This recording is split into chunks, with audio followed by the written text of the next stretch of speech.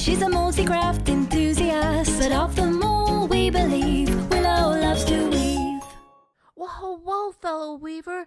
This is your host, Willow Goose, and today I'm here to talk about our trip to the Toika store. I'm going to give you all the details of kind of how to get there, etc., in case you want to go too. First off, we were actually on an independent tour to Sweden and Finland. We told the travel agent, knowing that we wanted to go shopping, that we really wanted to stay at the train station. No, not 2 blocks away. We wanted to stay at the train station. That means that we ended up at the Holiday Inn. Just like any Holiday Inn, it was clean, it was serviceable, but it was not, quote, a nice hotel. It was a place to stay. So, and it was quite reasonable too. Frankly, we think that the travel agent's suggestion might have been a better hotel, but you'll see why we really wanted to stay close to the train station. And when we say close, all you have to do is walk outside the hotel, turn the corner, and you can see the platform of the train. So, all we had to do was run out there and try to see which platform our train was leaving from. We had downloaded the VR app and had scouted out different routes and had decided to take the intercity train going towards Jyväskylä via Tampere. So we knew exactly which train we wanted to go on, and we could find out what platform. It was just a matter of finding physically the right location. One thing that we noticed that you don't want to be confused about is on the train, it had the sign that indicated where the train was going, and it indicates that it's going to Tammerfors and Jyväskylä. And the reason for that is because it indicates the city name in Finnish and Swedish. So Tampere is actually Tammerfors. So that's something that if you're not very familiar with European trains and some of the signage being in multiple different languages, you don't want to get confused about the different city names, because it could be the exact same city, just 2 different names. And yes, we find that a little confusing, but you get used to it after a while once you're familiar with the different translations of the names.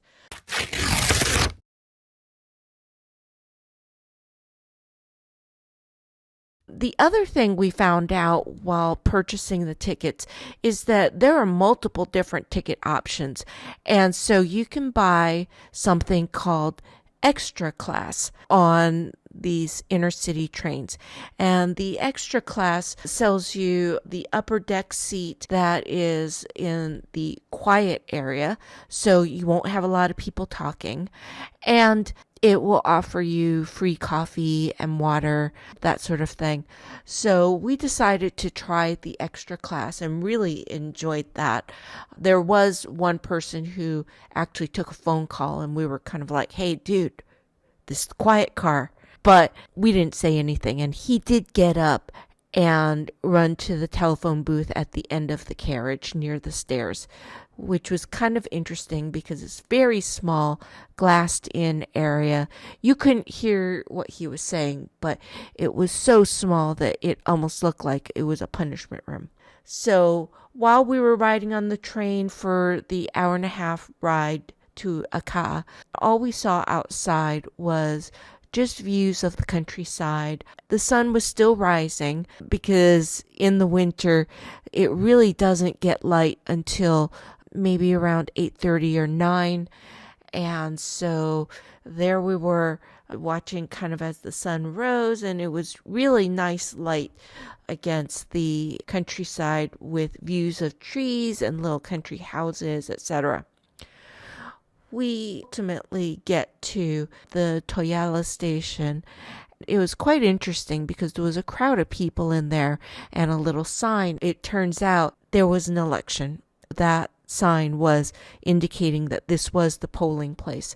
So I guess in these areas, instead of the polling place being at the library, it's at the train station. That was rather interesting. We got our Google Maps out and started walking, and that's when we saw this overpass. We were thinking, how are we going to get over this overpass with all these cars? And then we saw all these local people just walking on the side of the overpass.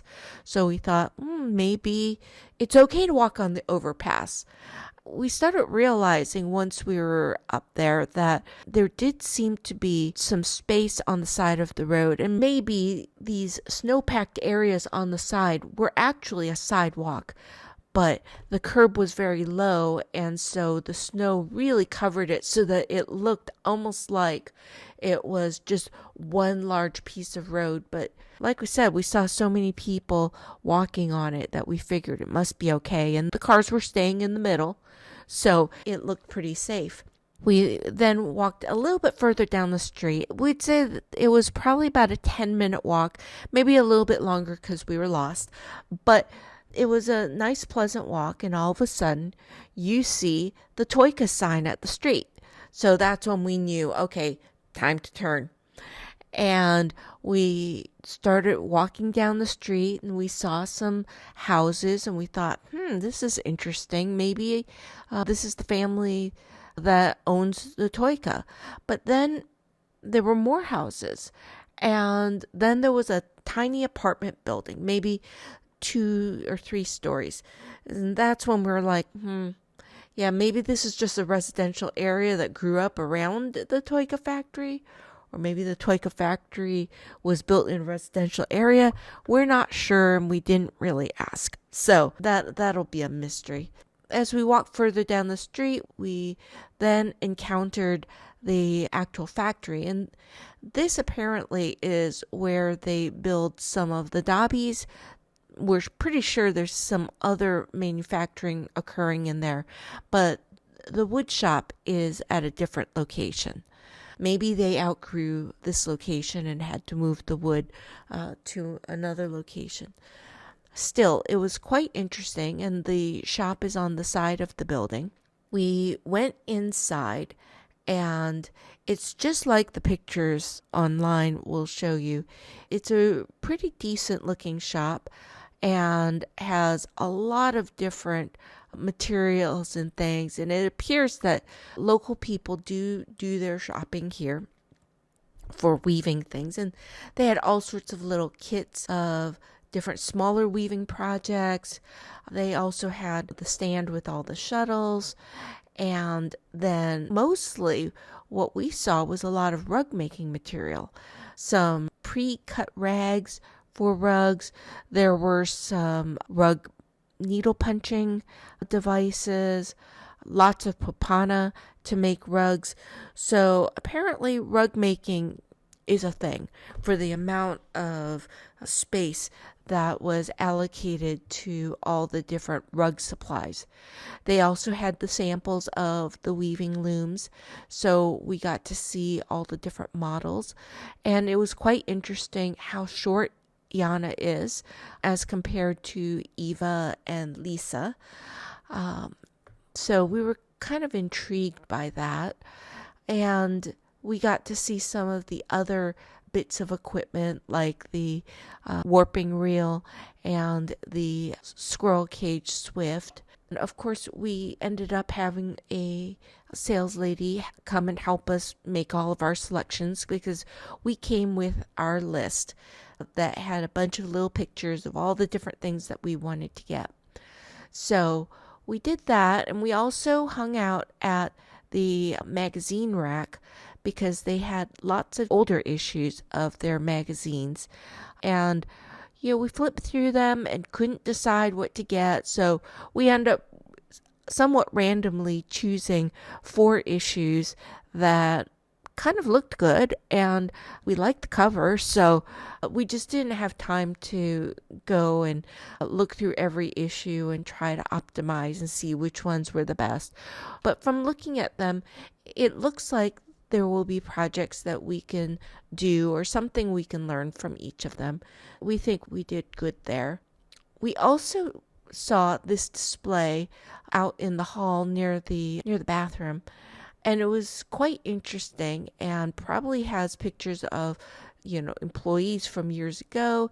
It had the little telephone, which was quite interesting. So that must have been an old office telephone. And then the cutest little temple. We had to actually kind of look at the bottom side. But it was really a very interesting little temple, not very wide. So you could really see your weaving around the temple better than, say, a larger wooden Glomoka temple. We really didn't ask about some of these older tools, but they were very interesting. We also stopped and looked at a bunch of different little rugs, and we spoke to the owner, and he showed us that when you're using the dabi, you should make sure that the warp sits at the lower end of the heddles. And we were a little surprised because most of the looms will tell you to put the heddles so that the warp is in the middle of the heddle when there are no pedals depressed. But the owner explained that because the dabi lifts upwards to form the shed, that it would be better to have the warp at the bottom of the heddle. And that sort of makes sense. So we took a little picture just so that we would remember that. Finally, we got a picture of all of our stuff in the 2 bags that we had to haul back on the train. Yeah, our shopping list was rather long. We got a lot of popana. We were very thankful to have gotten a hotel near the train. We went back to the train station, and we had found another intercity train that would get us back to Helsinki with extra class again, since we liked it so much. Honestly, this was a very easy trip. It was probably about an hour and a half to get there, roughly an hour and a half of walking and shopping. That got us back to the train station with plenty of time to get the next train back to Helsinki, because they come roughly every hour. So we didn't have a very long wait at the train station, and we ended up just waiting out at the platform. Even though it was cold outside, we were very well dressed. It was pleasant to just kind of sit out there, wait for the train, and then hop on. That was our trip to the Toika store, and we would encourage you to go because it really was a nice, roughly half-day trip. And once we got back to the hotel, we were able to drop off our stuff and then go and get something nice for lunch at the grocery store across the street. Because that's one of our quick tips.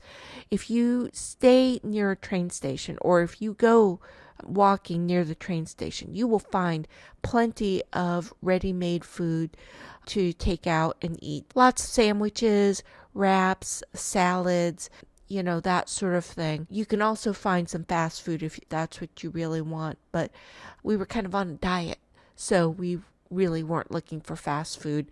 Plus, we're very picky, and it's hard to explain in our limited finish how to make our burger plain and dry. So it was just easier to go to the grocery store, look around, grab what we need, and then go back to the hotel. That was our trip. If you get to go, we think you'll have a really nice time, and make sure to look out the window of the train.